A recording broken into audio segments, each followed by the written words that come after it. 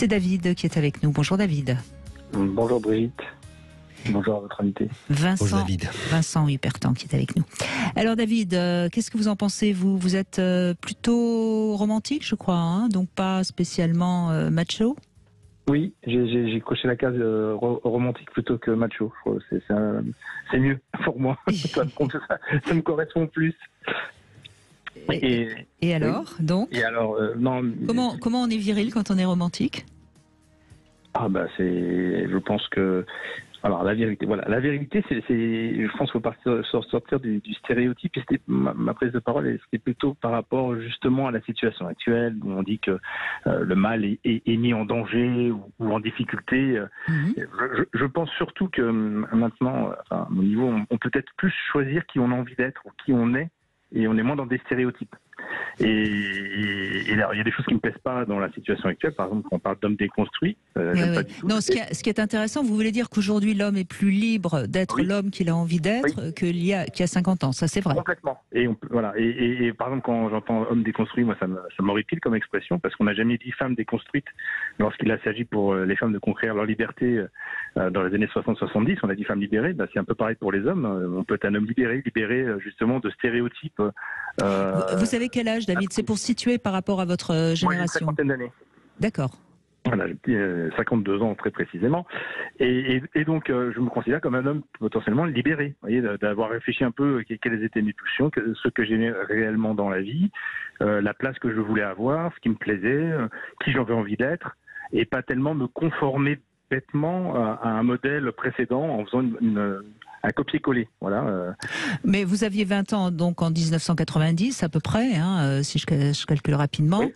En 90 déjà, on n'était plus dans le modèle de l'homme qui doit absolument être fort, etc. Vous aviez déjà cette ouverture. Mais en tant qu'enfant, j'ai baigné dans des films un peu plus anciens, donc. Ah oui, les cow-boys et. Les cow-boys, c'était John Wayne, oui, on pouvait qui enlace, voire un peu force sa partenaire, en tout cas dans un rapport de force dans lequel il implique une force physique à plusieurs moments dans le film, ça se voit souvent.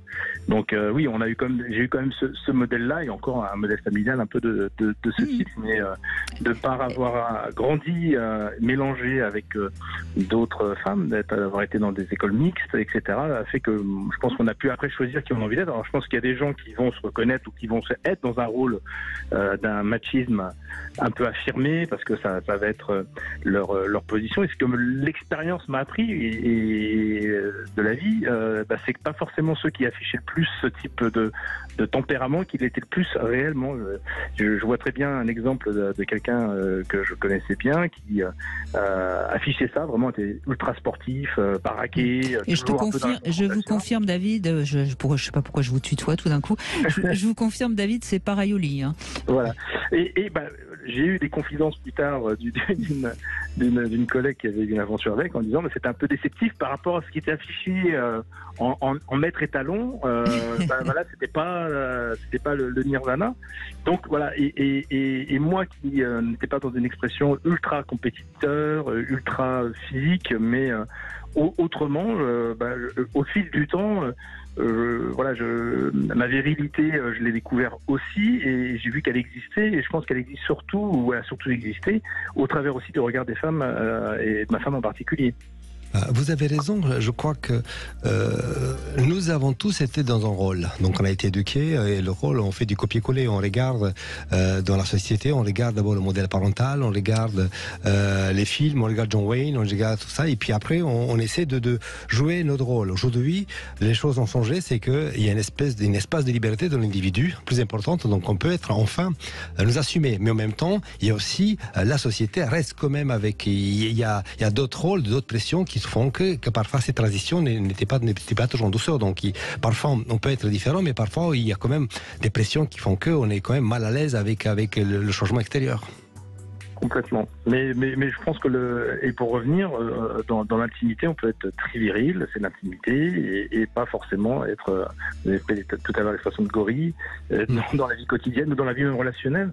Je considère vraiment ma femme comme mon égale, et j'ai pas de souci avec ça.